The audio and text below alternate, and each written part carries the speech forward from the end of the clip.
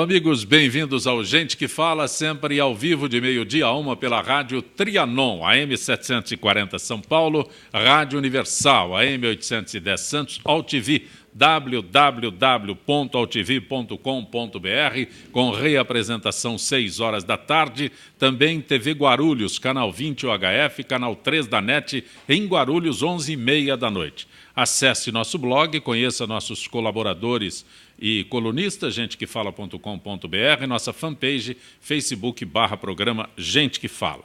Convidado muito especial para participar desta edição de Gente que Fala, vereador Andréa Matarazzo. Prazer tê-lo aqui, Andréa. Prazer é meu, Zancopé, e para todos os nossos ouvintes também da Rádio Trianon, da Rádio Universal. Você é vereador há quanto tempo em São Paulo? Vereador desde 2012, né? Fui o vereador com o maior número de votos do PSDB no Brasil e o segundo vereador mais votado do Brasil, com 118 mil votos aproximadamente. Você sempre ocupou cargos executivos, tem um currículo maravilhoso, muito intenso. E por que entrar na política? Zancopé, eu venho de uma família não que os cargos que você ocupou não sejam cargos políticos. Não, entendi perfeitamente a pergunta. Eu venho de uma família de industriais e fui industrial muito cedo, trabalhei sempre em indústria. E em 1994, com a campanha do presidente Fernando Henrique, eu achei que era hora de me envolver mais numa eleição em função dos rumos que o Brasil estava tomando. E disputamos, ajudei na campanha do presidente Fernando Henrique, e quando, em 95, o governador Mário Covas me convidou para ser presidente da CESP, que era, na época, a maior companhia de energia elétrica do país e uma das 4 maiores empresas do país e que estava praticamente quebrada. E o governador Mário Covas queria fazer uma grande reestruturação na empresa com o objetivo de recuperar a CESP e recuperar o estado de São Paulo, que estava muito mal naquela época. E o passo seguinte à reestruturação era o processo de privatização. E foi aí que eu comecei a minha carreira no executivo, sempre no executivo, já que eu tinha saído até da presidência da empresa de minha família, onde eu estava habituado na gestão de empresas, para então entrar no meu primeiro cargo público, que foi com o governador Mário Covas como presidente da CESP. Você está falando minha família, esse Matarazzo tem a ver com a família? Não, tem tudo a ver, né? Uma família de industriais que chegou no Brasil no final do século XIX, 1886 mais precisamente, quando também meu bisavô veio para cá, e vieram fugindo das dificuldades que estavam na Europa, né? Eles eram pequenos comerciantes na província de Salerno, né? Em Castellabate, era a cidade deles, inclusive cidade do ex-governador Cláudio Lembo e do saudoso deputado Pinotti. E de lá vieram para cá e começaram a vida em Sorocaba, né? Em Sorocaba, depois resolveram vir para a cidade de São Paulo em 1900, entrar na atividade industrial, e aí a história que acho que principalmente as pessoas da nossa geração conhecem, o meu bisavô e seu irmão André, Francisco e André, chegaram a ser um dos maiores 5 grupos industriais do mundo, né? Com muito trabalho e muita determinação. Qual o teu papel na empresa familiar? Na empresa familiar, hoje eu sou acionista. Não, quando você disse que saiu do... Sim, a empresa, a empresa veio se dividindo ao longo dos anos, né, obviamente, mas do nosso ramo eu era presidente da empresa. Quando saí... E qual o ramo? A atividade era de embalagens. Sim. Sempre embalagem, que continua até hoje. Porque é um conglomerado imenso, a parte nossa era a parte de embalagens metálicas, embalagens plásticas e plásticos industriais. E daí você foi para... Fui para a presidência da CESP. E vou te dizer, Zancopé, de lá eu tive o privilégio de trabalhar, depois de que trabalhei com o governador Mário Covas, fui ministro do presidente Fernando Henrique Cardoso, no seu segundo governo, que me deu muito orgulho, né, também. Da ministra de Comunicação Social do governo dele, fui para a Embaixada do Brasil na Itália, que foi um cargo, para mim, muito significativo, porque foi fascinante voltar para o nosso país de origem, representando o país que acolheu a minha família, né? Num ano, inclusive, que a Itália estava comemorando a imigração dos italianos. De lá vim para São Paulo e, em seguida, tivemos a eleição do José Serra, onde eu fui subprefeito do centro, da Sé, e onde eu percebi que o que eu queria era fazer política em São Paulo. Então, fiquei na prefeitura, fui subprefeito da Sé, fui secretário de serviços, que aí cuidava de limpeza pública da cidade toda, do serviço funerário e da parte de iluminação pública, e, em seguida, fui secretário de subprefeituras, que você aí tocava operacionalmente a prefeitura, aí com o prefeito Serra e depois também com o Gilberto Kassab. Quando você disse fui subprefeito, você foi subprefeito e secretário da subprefeitura. Não, eu antes fui só subprefeito. Eu entrei na prefeitura. Você foi subprefeito. Fui subprefeito, depois fui promovido. Secretário de serviços e aí, exatamente, sim, no final, nos últimos 3 anos, fui secretário das subprefeituras, aí das 31 subprefeituras que tinham na época. Depois saí quando o Kassab foi reeleito. E o governador Goldman me convidou para a Secretaria de Cultura do Estado, que depois eu fui reconduzido pelo governador Geraldo Alckmin. Então, eu sou dos pouquíssimos tucanos, vamos dizer, que tive o privilégio de ter tido aulas, né, com sim, o Covas, com o Serra, com o Fernando Henrique, com o Goldman e com o Alckmin, que realmente foi uma escola de gestão e de política. Mas, Andréa Matarazzo, aí eu vou chegar na pergunta. Alguém vindo de uma família tradicional como você, com este currículo maravilhoso que você fez, assim, sem maiores detalhes, né, mas dá para se imaginar a dimensão de tudo isso. Alguém que, de repente, entra na política como vereador. Mas, Zancopé, como eu te falei, e aí é um pouco da minha origem empresarial. Tudo que você quiser fazer bem feito, você tem que fazer carreira. Começar de baixo, sentir todas as etapas do processo e conhecer, principalmente, todas as etapas do processo. É o que eu entendi quando quis ser subprefeito. E como eu decidi que ia ficar aqui, de 2005 para cá, eu vim me preparando. Então, por isso que depois fui para a Secretaria de Serviços, que era uma atividade ampla em todas as regiões da cidade, depois Secretaria de Subprefeituras e a Câmara. A Câmara, as pessoas menosprezam um pouco a Câmara, mas é de uma importância imensa. Você imagina, você faz as leis de uma cidade como São Paulo, você fiscaliza o Executivo, né? É que as pessoas nunca pararam para pensar. Mas, por exemplo, veja, a Lei de Uso e Ocupação de Solo, que está sendo feita esse ano. Câmara dos Vereadores que discute e que altera as propostas do Executivo. Lei de Uso e Ocupação de Solo, todo o zoneamento da cidade. Além disso, uma série de outras leis. Um exemplo, a Lei da Comida de Rua, que foi de autoria minha, era o fruto da minha experiência na prefeitura, que se imagina que em São Paulo, uma cidade desse tamanho, era proibida a venda de comida de rua. Como se aqui, né, você conseguisse ir para casa almoçar e voltar para o trabalho, ou então, quem sabe, você almoçar em restaurantes todo dia. A gente sabe que isso é impossível, porque é caríssimo. Então, a comida de rua é uma alternativa, aliás, que existe no mundo todo. E aqui era proibido. Quando eu era secretário de subprefeituras, e mesmo subprefeito, perdia metade do meu dia aprendendo cachorro-quente, mandioca, pamonha, não tem cabimento. Né? E aí você ia ver como era produzido isso, era um negócio pavoroso. Por que pavoroso? Porque como era proibido, ninguém se dedicava direito porque podia ter aquilo aprendido. E isso, obviamente, incitava a corrupção, uma série de coisas. A legalização, em compensação, o que ela traz? Veja, a quantidade de food trucks que nós estamos vendo por aí, de outros carrinhos de alimentação, isso vai de Cidade de Tiradentes até o Morumbi. Né? Tem essa necessidade. Portanto, a geração de empreendedorismo para a cidade, a geração de renda, geração de empregos. Quando você pensa que hoje o jovem, não é como o jovem na nossa geração, que nós, eu me lembro, a gente era obrigado a estudar, era para ser advogado, médico e ser gerente do Bradesco era o máximo, ou gerente de multinacional. Né? Hoje o jovem quer ser dono do próprio nariz. Tinha que prestar concurso para o Banco do Brasil, para a Caixa Econômica Federal. O jovem hoje quer ser... Em São Paulo eu tinha que prestar concurso no Banespa. Não é isso. Hoje, você vai ver se algum jovem quer ouvir falar dessas coisas. Ele quer criar lá a empresa dele de aplicativos, quer ser dono do próprio nariz. E o que é bom, né?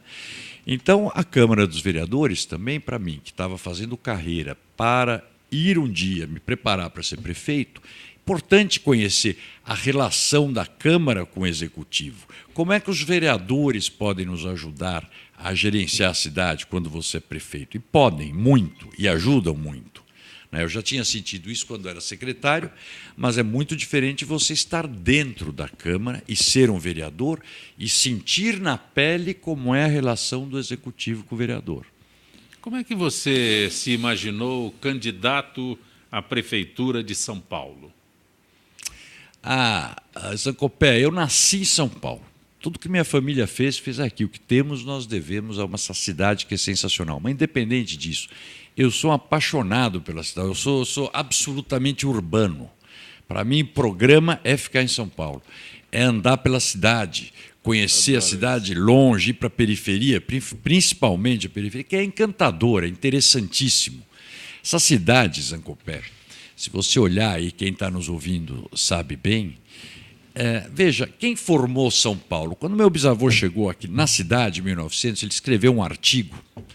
Ele dizia que tinham 120 mil habitantes, se não me engano, e 70% imigrantes, ou italianos, alemães, libaneses, etc.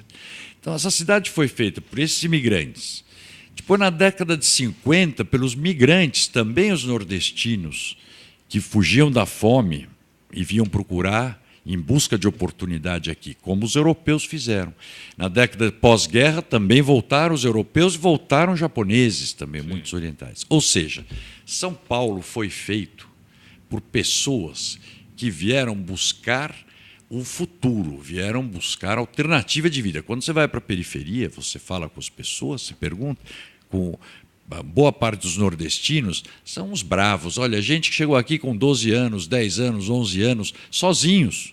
Ficaram na casa do amigo do pai ou do parente distante. E são essas pessoas que fizeram a nossa cidade. Outro dia eu conversava com o vereador Alfredinho. O vereador Alfredinho é líder do PT. O Alfredinho ele é piauiense. Sim, a Zona Sul. Parelheiros. Vargem Grande, especificamente. E ele estava me contando a história dele. Você imagina, chegou em São Paulo com 15 anos de idade. Foi funcionário acho que, se não me engano, era a Metalúrgica Piau, que é uma empresa francesa, como auxiliar de serviço, alguma coisa assim. Conseguiu fazer carreira lá dentro, que não é fácil numa sim, multinacional já. De lá foi para outras metalúrgicas, foi para a Ford, fez carreira na Ford, virou montador, foi para o sindicato. E veja, com todas as dificuldades que ele esteve, ele está exatamente no mesmo lugar que eu estou, com todas as oportunidades que a vida me deu. É uma pessoa de valor, tem um valor extraordinário, porque eu sei o que você rala para chegar a vereador. Mas tenho certeza que para mim era mais fácil conseguir os meios do que para ele. Mas está aí. Então, São Paulo é uma cidade que iguala as pessoas e ninguém veio para cá buscando qualidade de vida, vamos dizer assim. Sim. Todo mundo veio para cá para trabalhar e acho que isso que faz a diferença no nosso estado. André Matarazzo, vereador na cidade de São Paulo. Você, como é que eu posso anunciá-lo agora? Você não é candidato, não tem prévia, você é pré-candidato do partido.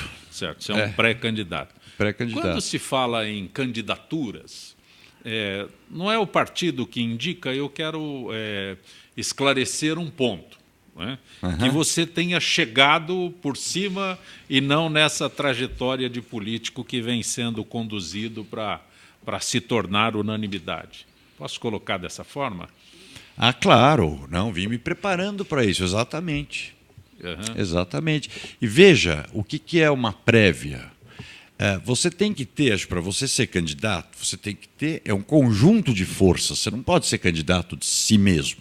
Sim. Então você tem que ter. Eu tenho o apoio de algumas lideranças do partido. Né? Então, por exemplo, perguntei e consegui o apoio então, do presidente Fernando Henrique, que é um apoio importante, do ex-governador José Serra, do ex-governador Goldman, do senador Aloysio Nunes, os 10 vereadores ou 9 vereadores da minha bancada, todos os vereadores estão comigo. Os deputados estaduais que têm domicílio em São Paulo, como o Telhado, o Celino, o Bezerra, o Ramalho, né? E tem mais, tem mais alguém. Mas tudo bem. Bom, enfim, os vereadores da capital. Estou querendo que você construa este cenário para Então, você vem construindo esses apoios. O Claudinho também, que é lá da região da Brasilândia. Então, esse é o apoio político que eu tenho. Mas como é que o partido vai escolher quando tem mais de uma pessoa pretendendo? Os militantes do partido. Ou seja, você também tem que ser o candidato daqueles eleitores que são filiados ao PSDB. Então, o PSDB faz uma consulta à sua militância, ou seja, a todos os seus filiados, que hoje são 20 e poucos mil, que escolherão entre dos hoje três pretendentes. Ou seja, então não adianta só você ter apoio de cima ou só apoio de baixo. Você precisa ir construindo esse cenário e que é essencial você ter o apoio da base do partido. Recentemente, o Mário Covas Neto, que é presidente municipal do PSDB, esteve aqui no Gente que Fala e falou dessas prévias que serão realizadas neste mês. No dia 28. Dia 28 de fevereiro, neste mês. E falou sobre os 3 nomes que estão colocados para esta prévia. A Andréa Matarazzo, o João Dória e o deputado Trípoli. Correto? São esses três, né? E no teu caso específico, que está participando desta edição de Gente que Fala, declaradamente candidato à Prefeitura de São Paulo, vai para as prévias do partido, vai ter possivelmente o nome referendado ou não, a eleição só depois que abre. Só depois de abrir a urna. Isso todos nós sabemos, sem dúvida alguma. Né? Mas o Andréa Matarazzo, que chega nesse estágio, se propondo a ser prefeito da cidade de São Paulo. Antes que a gente entre na cidade de São Paulo, e se acontecer de alguém do partido falar não é de nenhum dos 3 e... Não, mas não existe isso.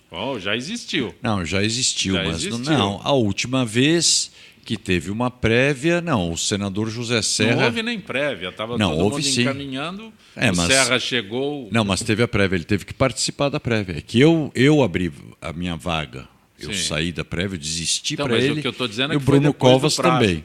Foi depois do prazo. Mas eu acho que isso sempre pode acontecer. Porque vamos dizer que você tenha, política também, de certa forma, tem fila.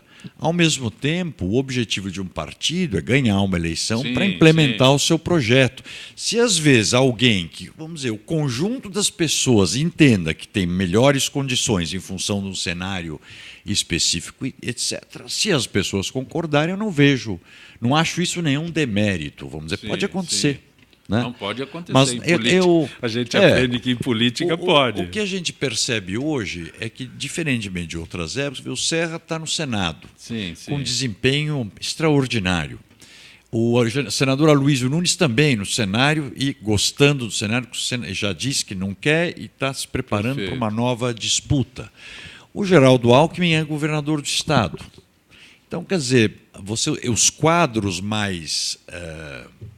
vamos dizer que seriam mais recorrentes no partido e considerados símbolos do partido, vamos dizer assim, estão todos ocupados. Né?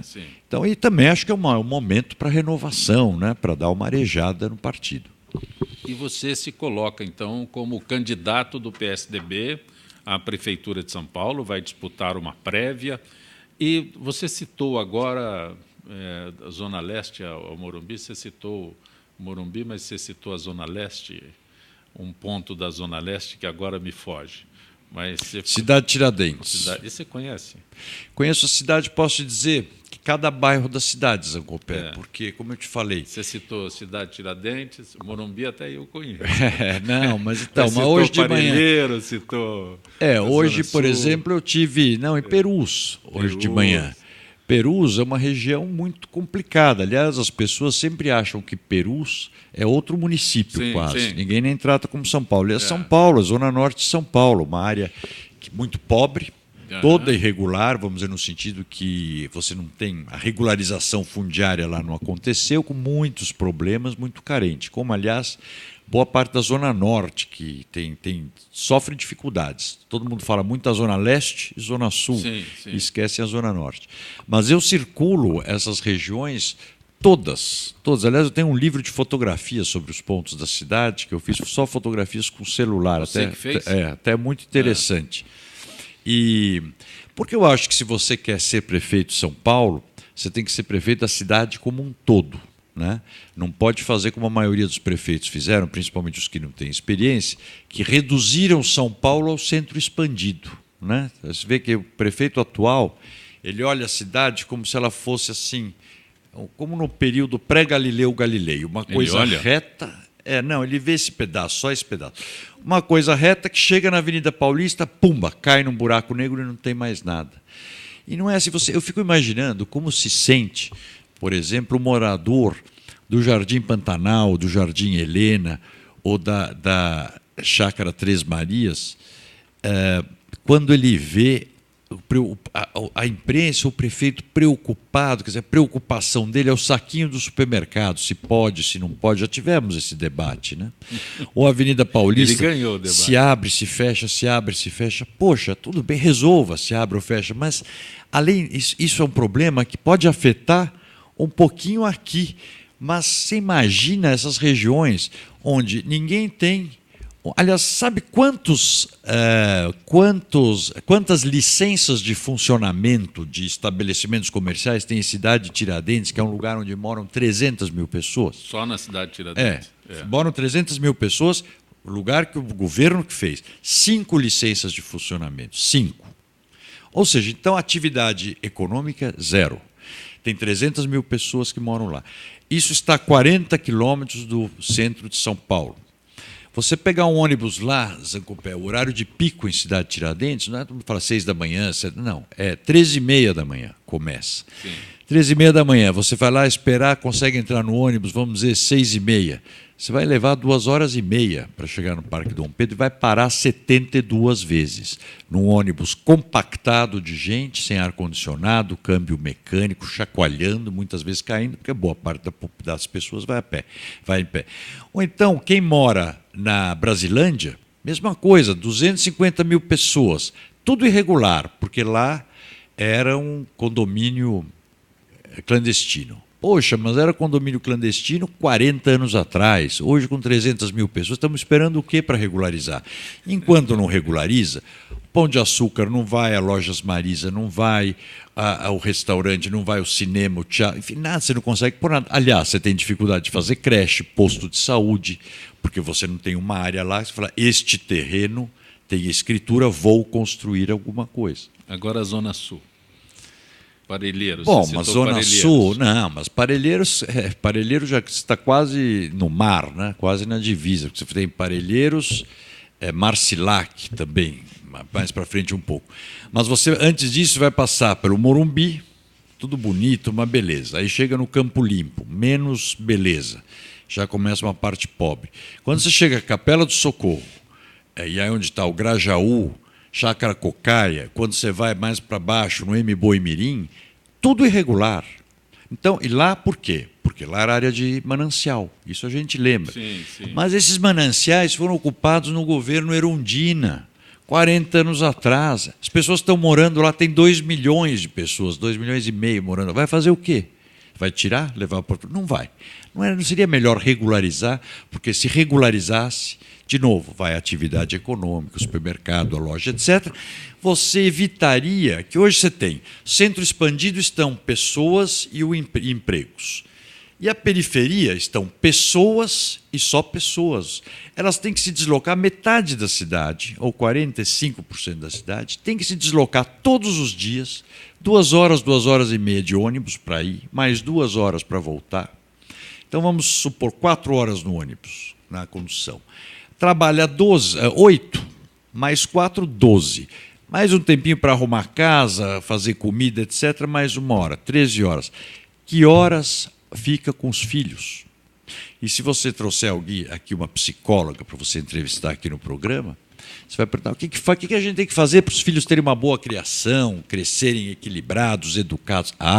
Vai te dizer, muita atenção dos pais, muito carinho da família, tem que se sentir acolhido.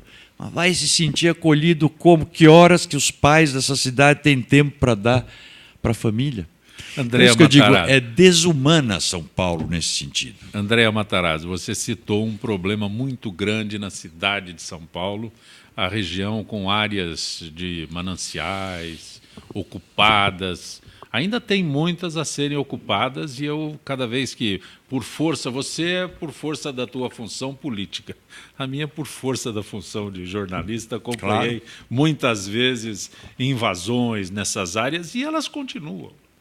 Continuam, aliás, não, Continuam e foram estimuladas o pelo próximo prefeito. Vai se deparar com este problema. Claro, o prefeito Fernando Haddad, ao invés de resolver o problema de habitação, o que ele fez? Estimulou a criação do MTST, mandou que eles invadissem a área e fossem na Câmara para mudar zoneamento.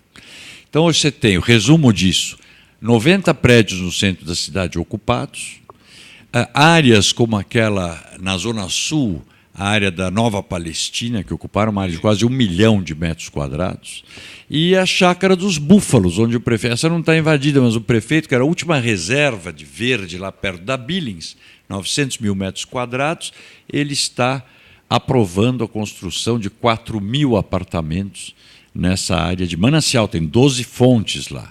Então, feito pela própria prefeitura. Você estava me falando de Parelheiros. Parelheiros é uma região lindíssima, né? Você sabe que você ainda tem 300 produtores rurais em Parelheiros. Né? Ao mesmo tempo, você tem 130 cachoeiras lindas, tem tribos de índios ainda, índios bastante ainda puros, né? Sim.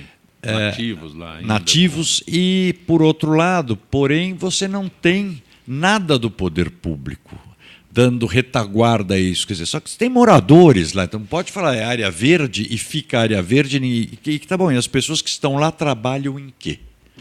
Se você não regularizar o que já está regularizado, porque isso ajuda também a impedir novas invasões. Você tem lá a cratera de Colônia, que é uma beleza, um fenômeno geológico, cratera que tem 4 quilômetros de diâmetro, vem gente do mundo inteiro ver, menos os paulistanos, que nem sabem da existência. Paulistano nem sabe onde não sabe da existência. Lá. Mas então, se você não regulariza logo, você não impede novas invasões. Né? Uma das formas é você urbanizar, fazer urbanização de favelas, fazer regularização fundiária, que é uma forma também de você dar habitação e dar segurança às pessoas. E a Câmara Municipal, onde atua nessa? Não, a Câmara atua, porque a Você Câmara falou pode... agora que o prefeito está construindo blocos lá. Pois é, mas isso não mas é uma atividade do Executivo. Nós, como vereadores, inclusive o vereador Gilberto Natalini, que tem dado muito a batalha nesse sentido, já fizemos reunião, já pedimos, tentamos impedir a Prefeitura, convocamos o Executivo lá para discutir, mas o prefeito está inamovível. O papel da Câmara é legislar para a cidade e fiscalizar o Executivo. Você não tem o poder de executar. Você pode, às vezes, não aprovar algum projeto do prefeito. Mas, por exemplo, um projeto de habitação social não passa pela Câmara, é uma atribuição do Executivo. Nós estamos conversando com o vereador Andréa Matarazzo. Vamos a um intervalo no Gente que Fala. Retornaremos em instantes.